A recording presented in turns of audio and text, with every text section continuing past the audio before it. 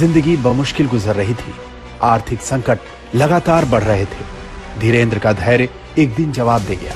वो भी अपनी याचिका लेकर अपने दादा के दरबार पहुंच गया।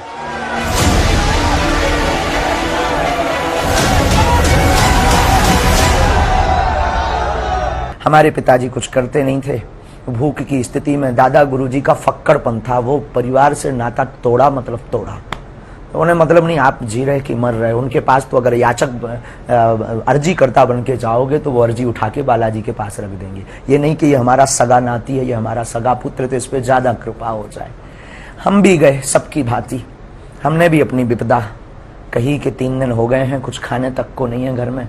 रहने का 16x12 का कच्चा मकान, वो भी बरसात में खाट के पलंग के नीचे सोना पड़ता है, बारिश की बूंदें गिरती हैं। कब तक ऐसी जिंदगी जिएंगे? कुछ नहीं तो एक ऐसा कुछ कह दो, कर दो, भोजन ही चलने लगे। जिंदगी में कुछ नहीं तो पिताजी कुछ करने लगे, ऐसा कुछ कर दो। गुरु ने बस बाहें पकड़ी। अवस्था 10-11 वर्ष की थी। और बाहें पकड़ करके बोले तू मुझसे मत जुड़, और सीधा बागेश्वर बालाजी से जोड़ दिया। 2010 में दादा का निधन हो गया तो अचानक बाल धीरेंद्र की दुनिया ही उजड़ गई। लेकिन गुरु तब तक अपना काम कर चुका था। सन्यासी बाबा ने लीला की, स्वप्न में आभास होने लगा। फिर कोई व्यक्ति आता था दिन में, या हम कहीं सत्यनारायण की कथा वांचने जाते थे, जैसे आप आए, शरद जी आए, या कोई व्यक्ति आया, तो हमें लगता था कि वो जब परिचित नहीं थे तो वो आते ही अपना ये नाम बताएगा। ऐसा मन में भाव प्रकट हो जाता था। ये आते ही हमसे 2 बातें बोलेगा, लेकिन झिझक के कारण हम बोल नहीं पाते थे। और वो जब उससे पूछते थे अच्छा आपका नाम क्या है, हमारा हो, ये तो पहले पता लग गया था हमें। धीरे धीरे उसकी उसका परिष्कृतकरण हुआ, शुद्धिकरण हुआ, धीरे धीरे जागृति हुई, फिर अज्ञातवास की साधना की, और वो यात्रा और ये यात्रा ऐसे प्रारंभ हो गई। 1 साल अज्ञातवास में रहने के दौरान धीरेंद्र शास्त्री अपनी भावी योजना का खाका तैयार कर चुके थे। वो लौटे तो बालाजी की सेवा में जुट गए। 9-10 साल की अवस्था से ही हमने बालाजी की सेवा की। जब बच्चे खेलना सीखते थे तब से हमने हनुमान चालीसा का पाठ, और गुरु ने जो विधान बताया वो मीडिया पर बताने का विषय नहीं है, वो अनुभव का विषय है। कभी आप आइएगा तो उसको हम आपको बताएंगे कि हमने क्या क्या अपने जीवन में मुश्किलों को सहा, कितना हनुमान चालीसा का पाठ किया, रातों भर हनुमान जी के चरणों में बैठकर रोए हैं, रातों भर हवन किया है।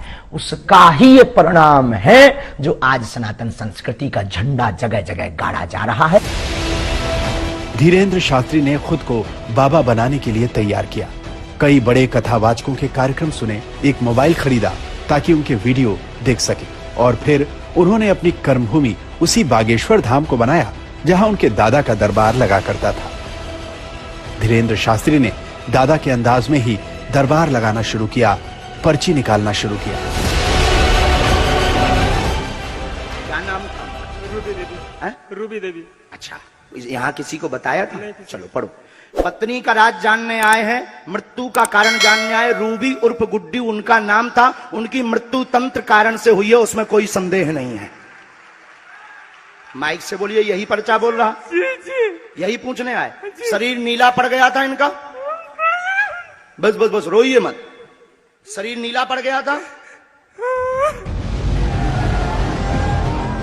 आस्था, धर्म, चमत्कार और भावनाओं के कॉकटेल ने धीरेंद्र शास्त्री का दरबार जमा दिया। वो चंद वर्षों में पंडित धीरेंद्र शास्त्री से बाबा बागेश्वर सरकार कहलाने लगे।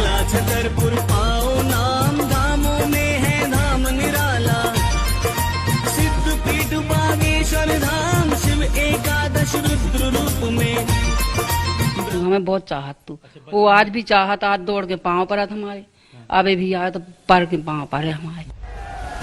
धीरेंद्र शास्त्री की उम्र अभी सिर्फ 26 साल है। उनकी मंजिल क्या है ये अभी उन्हें भी नहीं पता। हाँ, जिंदगी अपने खेल खूब दिखाती है, इसका एहसास उन्हें जरूर है। जीवन के खेल सबकी समझ नहीं आ सकता, कब क्या कर दें, गुरु कब कृपा कैसी कर दें, कह नहीं सकते यार। मतलब यहाँ हम अपने जीवन में ये जो भी है हमारे लिए सबसे बड़े चमत्कार है। खाना पीना, भोजन, रहन सहन, सब चमत्कार से बड़े, कोई किसी का नहीं करता जगत में। आज तक ब्यूरो।